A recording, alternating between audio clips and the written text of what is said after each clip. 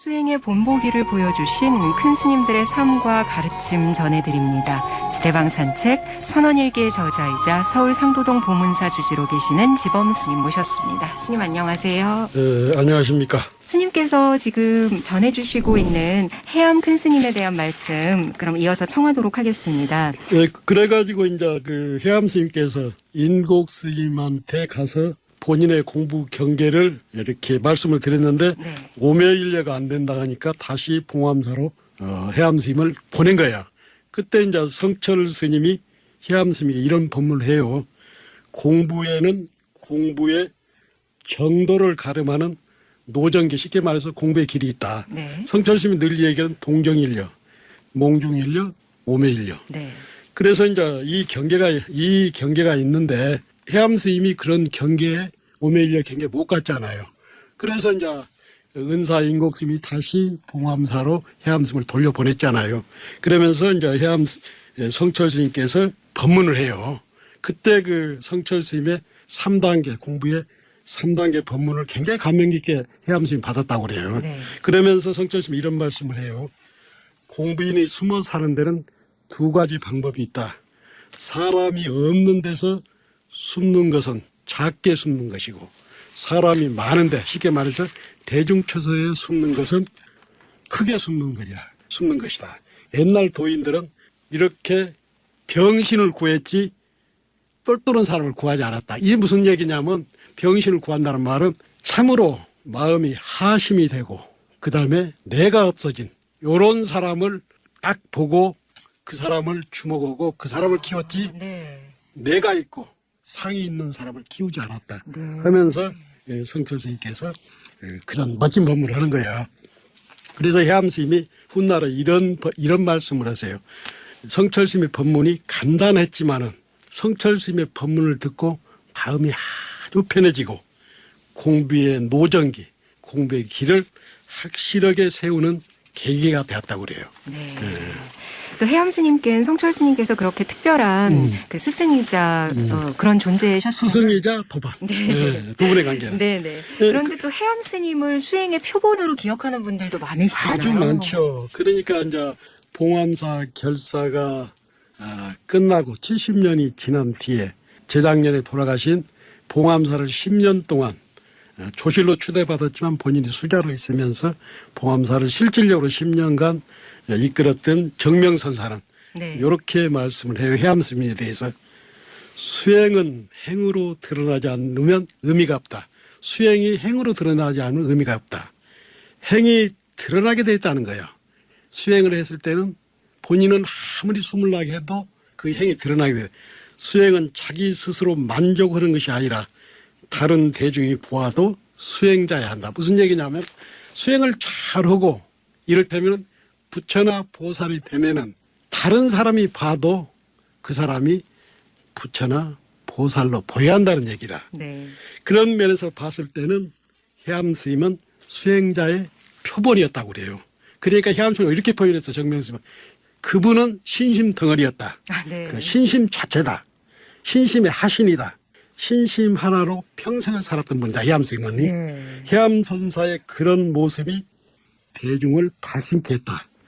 나 정명은 영원한 선사로 해암 스님을 기억한다. 이렇게까지 말씀하셨어요. 저도 여러 번 들었습니다. 정명 스님한테. 대중을 이렇게 발심하게 하는 그런 해암 스님, 또 성철 스님 두 분이 특별한 또 수행 인연을 갖고 계셨다라고 네. 말씀을 앞서서 쭉 주셨는데요. 그러니까 이제 예. 정명 스님도 해암 스님을 여러 차례 모시고 살았는데 네네. 그런 발심케고 감동하게 만들었잖아요. 네. 저희들도 해암 스님을 여러 차례 모시고 살면서 해암 스님 보기만 해도 신심이 나고 신심 그 자체라 해암 스님은. 네. 그래서 많은 수자들이 해암 스님을 통해서 발심하고 신심을 내서 공부를 했다고 그래요. 그런 수행의 표상이셨던 해암 스님은 또 어떤 분께 가르침을 배우셨을까요? 해암 스님께서는 가야 총님에 계실 때는 효봉 스님의 가르침을 받고 그 이후에는 오더산 상원사의 하남선사 해상에서 살았어요. 네. 그래서 하남선사를 가르치면 하남선사는 출가자의 본분은 일념을 깨달아 중생 교화에 목적을 두어야 한다. 네. 그러니까 아무리 공부를 해도 본인을 위해서 살면 안 된다. 그 깨달음이 중생에게 교화가 돼야 한다. 그래서 해암 스님께서는 평소 그렇게 사셨어요. 그래서 만나는 사람마다 바로 그 자리에서 오개를 설하고 화두를 주고 그냥 공부하는 것이 아니라 당신이 대중과 똑같이 앉아서 교화를 했잖아요. 네. 그래서 지금 해인사 원당함에는 많은 수행자들이 해암 스님의 가르침을 받고 한여름에도 정제. 그러니까 수행과 깨달음이 하나를 이루어야 한다. 그것을 실천한 분이 해암 스님이다. 네. 그래요. 그리고 이제 그 하남 스님은 저희가 방송을 여러 번 했잖아요. 네. 상원사에 들어가서 27년 동안 동부불출하고 동부불출하셨고. 그 다음에 교종 종정을 여러 번 하셨잖아요. 네. 그래서 많은 스님들이 하남 스님을 모시고 살고 싶어 했단 말이에요. 그래서 이제 하남 스님한테 선객이 찾아오면 어떻게 왔는가 하고 물으며 그 하남 스님이 선객을 바라보는 눈이 시커먼 불이 철철 넘쳤다고 그래요. 그리고 해암 스님께서는 연부를 또 의외로 잘하셨어요. 우리가 좀 의외죠. 그래서 네. 그 원당함에 가면 뭐든 때 이렇게 저희들이 젊었을 때 원당에 가보면 네네. 목탁도 목탁도 치시고 요령도 흔든단 말이에요. 그래서 스님 어디서 그렇게 배웠습니까? 저희들이 물어보잖아요. 네. 그러면 내가 하남 스님이 해성에 살 때 월정사에서 요령과 연부를 익혔다고. 그러셨군요. 의외입니다. 그리고 이제 그 하남 스님께서는 해암 스님이 이제 그 상원사 살 때 종두소임이라고 종을 치는 게 종두. 네네네. 근데 그때도 해암 스님이 좀 아주 하도 일념에 들었는 것 같아요. 그래서 종을 치면서 하두를 탁 일념에 들면서 종을 치다 보니까 늘 그 하남 스님이 이렇게 해암 스님 종치는 걸 보고 늘 미소를 지었다고 그래요. 그렇게 좋아했다고 그래요, 해암 스님을.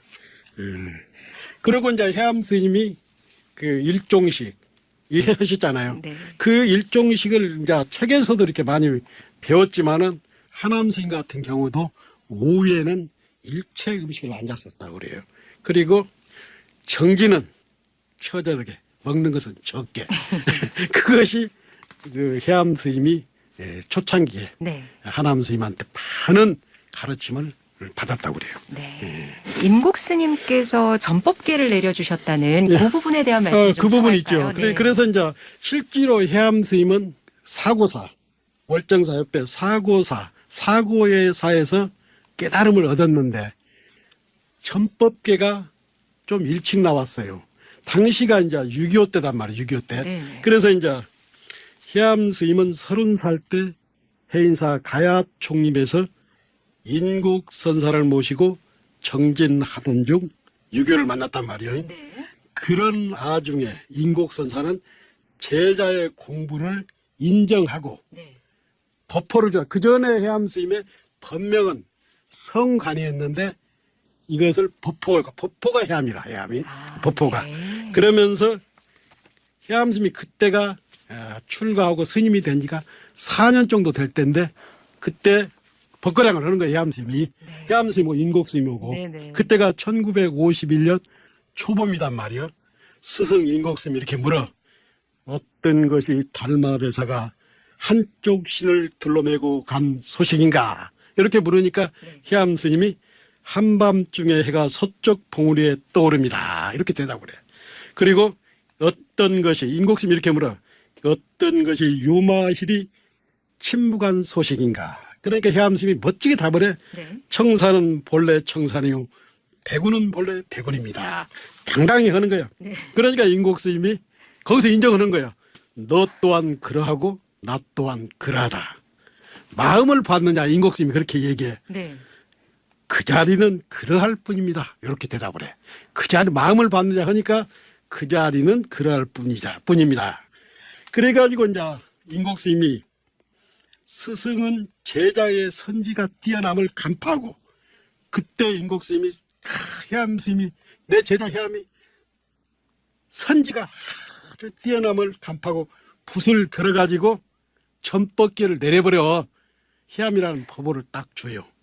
법호를 주면서 뭐라 그러냐면 다만 이 한 가지 일을 고금에 전해주니 네. 머리도 꼬리도 없지만 천백하신으로 나투리라. 이렇게 말씀을 하셔.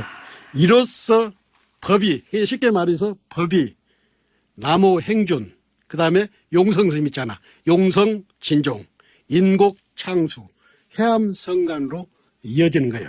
여기서 이제 굉장히 중요한 얘기가 나오는데, 본래 인가라는 것은 활용 점정의 순간과 같아. 쉽게 말해서 용의 눈동자를 찍어 살아 움직이게 하는 것이잖아요. 그런데 해암선사에 오도송이 나오지 않았는데 인가를 하잖아요. 네. 예. 근데 실제로 해암스님의 오도송을 아까 참에도 얘기했지만은 38살 때 사고암에서 오도송이 나오잖아요. 근데 이렇게 얘기해. 혹자는 왜 오도하기 전에 전법을 했는가 물을 수 있다. 아무리 생사를 알 수 없는 전쟁 중이라도 오도하기 전에 전법하는 것은 전통을 훼손한 것이 아닌가.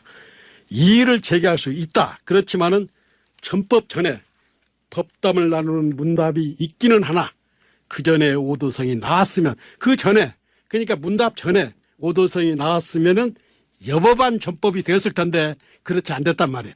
그러나 스승 인곡선사는 해암과의 첫 만남에서 이미 법김을 간파했고 제자의 치열한 구도 열정을 눈여겨봤을 것이다. 한 번 해지면 다시 못 말릴 수 있는 전쟁 중이라는 특수한 상황으로 문답을 통해서 공부 정도를 시험해보고 전법 여부를 결정하려고 했을 것이다. 다행히 문답을 통해서 제자의 공부가 상당한 수준에 올라 있음을 인정하고 전법계를 내렸던 것으로 저희들은 알고 있잖아요. 네. 오늘은 스님 여기까지 말씀 청하도록고요. 다음에는 이제 해암 스님의 스승 인곡 스님에 대해서 좀 그렇죠, 잠깐 그렇죠. 여쭙도록 네. 하겠습니다. 지대방 산책 오늘도 상도동 보문사 지범 스님께 말씀 들었습니다. 스님 감사합니다. 감사합니다.